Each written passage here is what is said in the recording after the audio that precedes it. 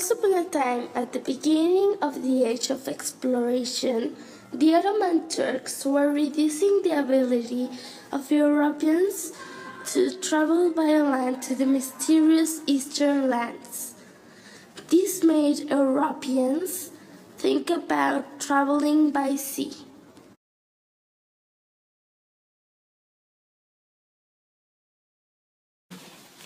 During the 15th century, monarchies increased their power and resources. This made it possible for Prince Henry the Navigator to travel around the coast of Africa in 1420. 70 years later, the Portuguese and the Spanish began exploring new lands. Sadly, this caused the increase of African slave demand. As a result of these voyages, in 1492, Christopher Columbus had reached, guess what? Not India or Russia, nor any part of Asia, but the Americas.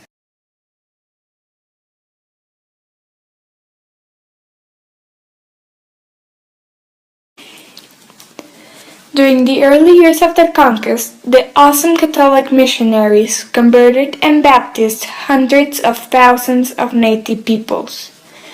Native American social and political structures were brutally torn apart and replaced by the amazing European systems of religion, culture, language, and government. Spanish conquest in the Americas affected drastically both the conquered and the conquerors, especially economically.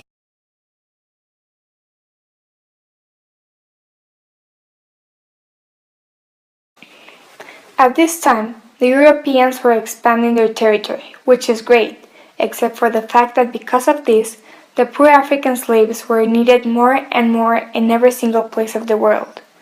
By the 16th century, almost 275,000 African slaves were exported by Europeans, like a product you order from the internet, and not the fun kind of products you order from the internet.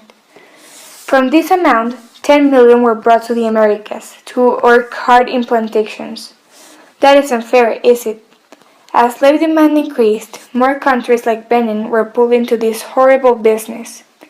Another thing that happened in this century was the discovery of the wonderful, beautiful, and well-known Quebec, the first French settlement found by Samuel Champlain, who is considered the father of the New France. A Portuguese general set up a very useful port at Goa, a city in India. Back in the Americas, the Spanish had created a system of colonial administration, and in 1535, Queen Isabella declared Native Americans her subjects. Can you believe the ideas of this woman? And granted them the encomienda, where she granted Native Americans the right to be used as workers. But the evil, selfish Spanish men continued to overwork the Native Americans and pay them really unfair, sort of how most Mexicans are paid today. On top of that, the Spanish also brought many diseases that killed many native people in a very short period of time, and they wonder why no one liked them. For example, Hispaniola had a population of 250,000 when Columbus arrived, and in only 46 years, the population decreased to 500. And in 111 years, Mexico's population dropped from 25 million to 1 million. By the end of the 16th century, many new European rivals had entered the scene for the Eastern trade. The Spanish had once again established themselves without invitation, this time in the Philippine Islands, and turned them into a major base for trade across the Pacific. The Europeans were very strong at this time and were competing against one another for the dominance of trade and missionary privileges in Asia. The rivalry began when the English arrived to India and established trade with the local people. Then they united with the French, and when the Dutch seized the Portuguese port, pushing the Portuguese out of the spice trade and ending up occupying most of the Portuguese coastal forts, the English and the French attacked the Dutch, bringing the fall of the control of the Dutch head of the spice trade.